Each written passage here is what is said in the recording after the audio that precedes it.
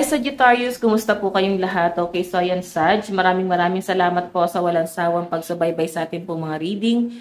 And kung ikaw ay bago pa lang sa ating channel, mag-subscribe na po kayo. Then i-click mo na rin yung ating notification bell para lagi kang updated sa ating mga bagong upload. So guys, sa mga interesado naman po pala sa ating private reading, iiwan ko na lang po yung link ng aking Facebook sa ating pong description box below. Okay? Again, ipapaalala ko lang guys na ang reading po natin ay general reading lamang. So, take what resonate and leave what doesn't. Okay? Pwede ka makarelate, pwede rin namang hindi. Ayan. Okay, so tignan natin. Wala tayo guys topic dito na kung ano lang yung lalabas sa reading. Ayan, tignan natin. Sag.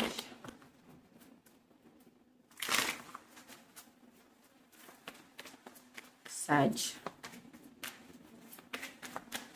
Meron tayong third wheel, enemy, distrust, and flirtatiousness. So, pwedeng nagkakaroon ng third party. Nasa third party ka ba? Or pwedeng may karelasyon ka. Tapos parang may nagpa-flirt sa'yo. Okay?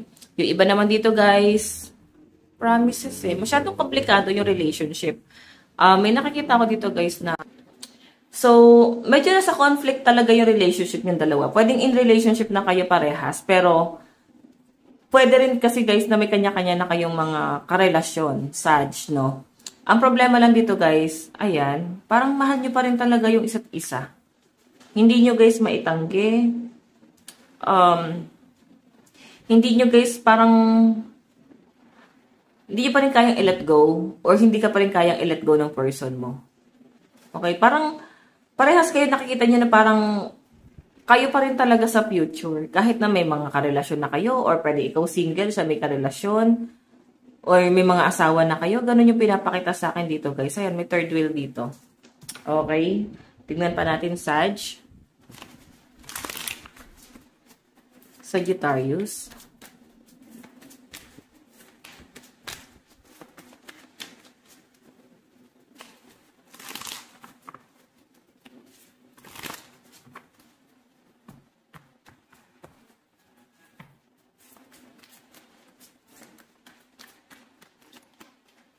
Imagination. So, ang dami niyong pangarap na itong taong to na parang hindi na siya guys talaga nangyari. Siguro kababata mo to. May mga bagay na parang gusto niyo sanang magawa pero hindi niyo guys magawa kasi sobrang limitado na ng lahat sa inyo. Parang nakakalungkot lang isipin na nandun yung love pero hindi na pwede.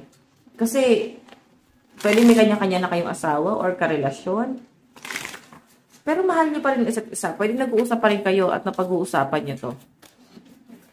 Yung iba naman sa inyo guys, pwedeng ex mo yan. Pwede rin naman guys na single kayo. Tignan natin. Basta masyadong komplikado yung sitwasyon nyo. Nandun yung judgment, no? Sag, meron tayong hesitation. Ayan, no? Medyo nag-aalangan ka rito sa sitwasyon na to or yung person mo. Pero mas malinaw kasi sa'yo eh. Pwede meron kang kailangan bitawan para lang dito sa relationship na to. Meron kang kayang bitawan para sa kanya. Okay? Sobrang matured na tong relationship na to. Ganun eh. Yun nga lang guys, ang daming mga bagay na ang hirap ng isettle, no? Like, kung paano kayo ulit magsisimula. Kung paano nyo bibitawan yung mga bagay na napalapit na sa inyo, napamahal na sa inyo. Sobrang hirap ng desisyon na nakikita ko rito. Kasi hayan. Iba naman sa inyo guys, na involved sa pwedeng nasa third party ka. And ang hirap para sa'yo yung sitwasyon mo ngayon. Okay? Madali kasi sabihin na umalis eh. Oo, hindi naman natin guys ito tolerate. Kasi talagang mali talaga yon. Kung ikaw yung third party, hindi natin ito tolerate yan. Pero kasi ang hirap umalis to sa sitwasyon mo. Tignan natin, meron tayong gift. Ayan, mukhang meron ka daw marireceive na gift or baka meron binibigay sa'yo. Pwede rin naman guys na maalaga tong person na to. Okay? As in. Tignan natin. Tignan natin guys.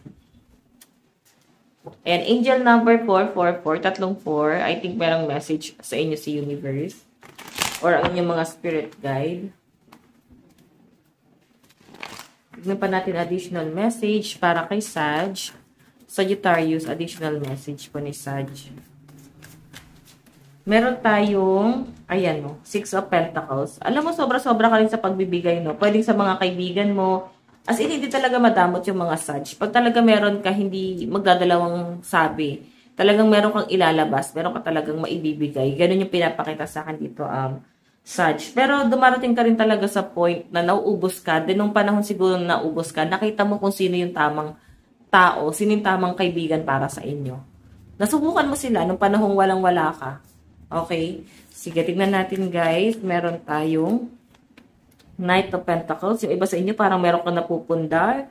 Sobrang ganda nung nakikita ko dito guys. Travel. Siguro may nabili kayo sa sasakyan. Parang gift mo to para sa sarili mo. Tignan pa natin. Meron tayong The Sun. Grabe no. Grabe yung new beginning na nangyayari kay Sag.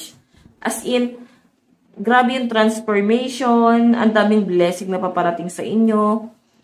Mararamdaman mo kahit sa maliit na bagay, simpleng bagay lang guys. Sobrang na-appreciate mo yung mga bagay-bagay, no? Sobrang nakaka-bless yung energy. Ang dami siguro guys, ang dami siguro na achieve na goal sa buhay. Or pwedeng nabibili mo na yung mga bagay na gusto mo na parang dati nasa pangarap mo lang. May pasobra pa, kaya nga parang yung blessing mo, sinishare mo talaga siya sa ibang tao. Okay? Tignan natin guys, meron tayong Queen of Cups.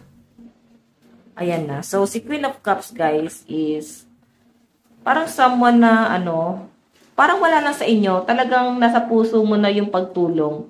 Sobra-sobra ka magtulong parang sobra-sobra ka tumulong sa kapwa. Din yung iba naman sa inyo, guys. Pwede ikaw to na parang kailangan mo ng tulong ngayon. No, baka kasi may mag-comment. Kasi lagi ako minababasa sa Sagittarius na, paano ako magbi-business? Wala namang pampuhunan. Paano magkaka-love life? So, eto guys, ipapaliwanag ko lang sa inyo. Kung yung mindset mo is puro kareklamo, talagang walang mangyayari, no? Oo, wala talagang mangyayari kung puro kareklamo. Dapat ang lagi mong iniisip, kung nandun yung problema, nandun din ang solusyon. Lagi yan guys magkadikit, no? Ang problema guys, madaling masolusyonan yan. Basta kung paano ka lang guys mag-iisip, no? Kung paano mo matutulungan na i-build yung sarili mo.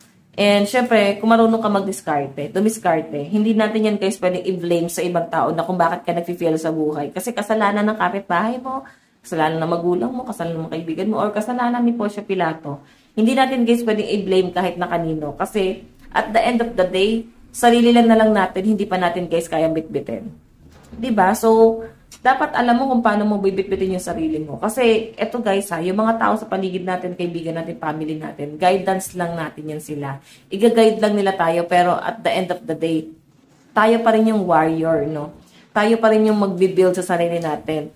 And, promise, pag na-realize mo na mag-isa ka lang talagang lumalaban, mas mas magiging confident ka talaga na ipagpatuloy or makuha yung mga goal mo sa buhay. And kung makikita nyo guys, may mga blessing ako nakikita rito. Siguro, may mga Sagittarius lang dito na parang kailangan mo muna ng support, kailangan mo ng parang tulong sa iyo ng family mo. Ganon. So, di ba? May nakikita naman ako guys, pwedeng, ayan, may mga panimula, pwedeng may family na tumutulong sa iyo. Okay, so yung energy mo kasi guys, nagbe-blend talaga siya sa love life tapos sa mga na-achieve mo sa buhay. Queen of Cups, sobrang thankful yung energy na nasasagap ko sa inyo guys. Nakaka-overwhelm nga yung energy sa totoo lang. So, ayan. Sa mga in relationship guys, medyo maguguluhan ka lang sa love life mo talaga. Siguro kailangan pag-isipan, planuhin nyo munang mabuti kung ano yung mga dapat mong gawin. Baka naman kasi, alam mo yun, mapunta ka sa maling desisyon mo sa buhay. Tingnan natin guys.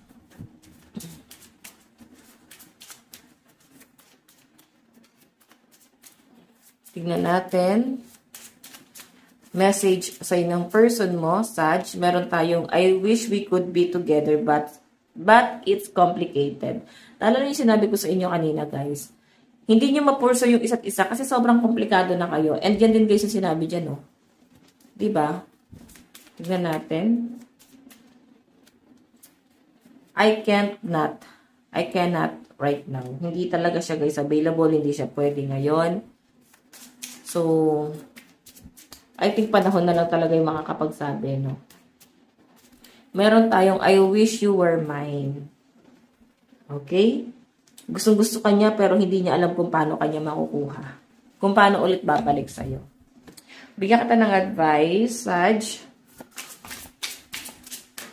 Meron tayong see this from a higher perspective. So guys, ito lang po ang inyong reading. Maraming salamat po. God bless and love you all. Bye-bye po.